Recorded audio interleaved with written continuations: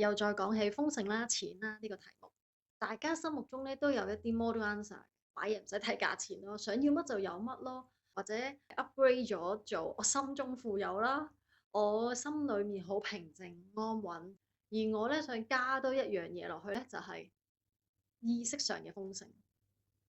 講翻轉頭咧，全部都係關於你對宇宙有幾信任，你對你嘅 spirit 有幾信任。我要做一啲嘢，嗰啲錢就會嚟啦，幫我嘅人就會出現啦。我有個目標想去做，想要達成，宇宙就會因着我想達成嗰件事而加一啲嘅材料俾我，俾啲元素我去協助我去達成嗰個目標。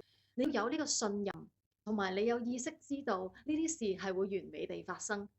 仲有啊，宇宙嘅資源係無限，你有意識知道佢預咗喺度俾你用嘅，預咗喺度俾你使嘅。咁呢個咧就係豐盛。顯化我哋稍後先講啊。有啲人咧就會話咩啫？錢啊嘛，我哋講錢先啦。我要錢，我使乜要理由㗎？我冇任何原因我都可以有錢。呢個想法好好，但係我又想加一句落去。呢個宇宙呢個世界係唔會存在一啲冇意義嘅嘢嘅。即係話，即使你話你唔需要有任何原因都可以有錢，背後都必然係有一個存在嘅意義，嗰個錢先至會去到你手上，俾你儲住咗，去到你個袋嗰度。最多係你唔知點解嘅啫，唔會係冇原因嘅。可能就會想即刻問，既然係咁，我點樣可以等啲錢快啲去到我手上呢？我有一個好快嘅方法，亦都係好實際嘅。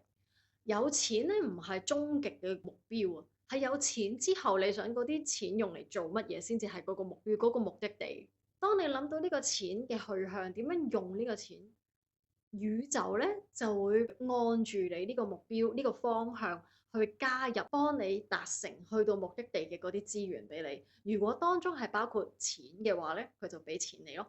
可能你係需要一啲專業嘅意見，咁佢俾一個專業人士你，等你可以朝住你嘅目的地去進發。咁所以你話我想啲錢快啲嚟我度啊，點樣有咩最快嘅方法呢？就係你諗下你想要啲錢用嚟做乜嘢？我諗我嘅薩滿學生經歷過好多次㗎啦。當你想要報名參加啲唔知乜嘢嘅時候，要交學費啦。當佢哋立定決心，就會有筆錢咧，去俾你報名。另外咧，我仲有一個方法係可以幫你加速達成你嘅心願。關唔關於錢都好啦，我哋講顯化。咩叫顯化呢？顯化同冇變有係冇關係嘅。係啊，冇關係㗎。想知點解？睇埋下一條片啦。